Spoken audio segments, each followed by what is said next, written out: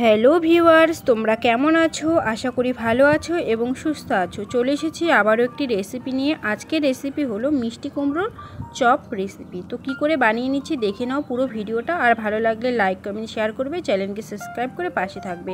তো বন্ধুরা দেখো, প্রথমেই আমি কুমড়োগুলোকে কেটে পাতলা পাতলা করে জলের মধ্যে রেখে দিয়েছি। তারপর এখানে দেখো চাল বাটা নিয়েছি আর সুজি নিয়েছি। আমি এই দুটো দিয়ে আজকে আমি চপ বানিয়ে তোমাদেরকে দেখাবো। তোমরা চাইলে এখানে গুঁড়ো চালটাও ব্যবহার করতে পারো। তারপর এখানে দিয়ে দিলাম পরিমাণ মতো লবণ আর দিয়ে দিলাম হলুদ গুঁড়ো, সাথে দিয়ে দিলাম কালো জিরে। আর এখানে দেখো পাকা লঙ্কা বেটে রেখেছি আর জিরে বেটে রেখেছি। তোমরা চাইলে এখানে শুকনো লঙ্কার গুঁড়োটাও ব্যবহার করতে পারো। তো তারপর একটু জল দিয়ে ভালো মতো করে আমি বেটারটাকে মিশিয়ে নিচ্ছি। তো দেখো বেটারটা আমার মিশিয়ে নেওয়া হয়ে গেছে। 5 মিনিটের জন্য রেস্টেও রেখে দিয়েছি। তারপর এখানে কেটে রাখা কুমড়োর পিসটাকে দিয়ে এখন ভালো মতো করে আমি বেটারের মধ্যে লাগিয়ে নিচ্ছি। তারপর এখন আমি গরম তেলের মধ্যে ভেজে নেব। আর এখানে আমি কড়াইয়ের মধ্যে দিয়ে দিয়েছি সাদা তেল। তোমরা চাইলে এটা সর্ষের তেল দিয়েও বানিয়ে নিতে পারো। তো দেখো একটা একটা করে আমি দিয়ে দিচ্ছি। এখানে আমি 4টা দিয়ে দিলাম।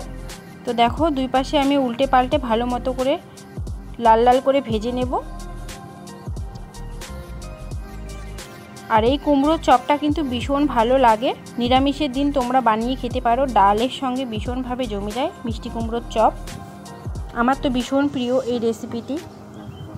তো দেখো বন্ধুরা, আমার কুমড়োর চপটা খুব সুন্দরভাবে লাল লাল করে ভাজা হয়ে গেছে।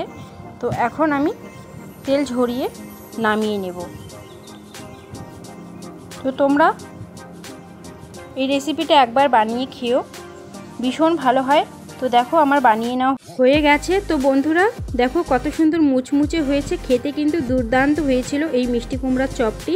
তোমাদের কেমন লাগলো অবশ্যই কমেন্টের মধ্যে জানিও। ভিডিওটা ভালো লাগলে লাইক কমেন্ট শেয়ার এবং চ্যানেলকে সাবস্ক্রাইব করে পাশে থেকো। বাই বন্ধুরা।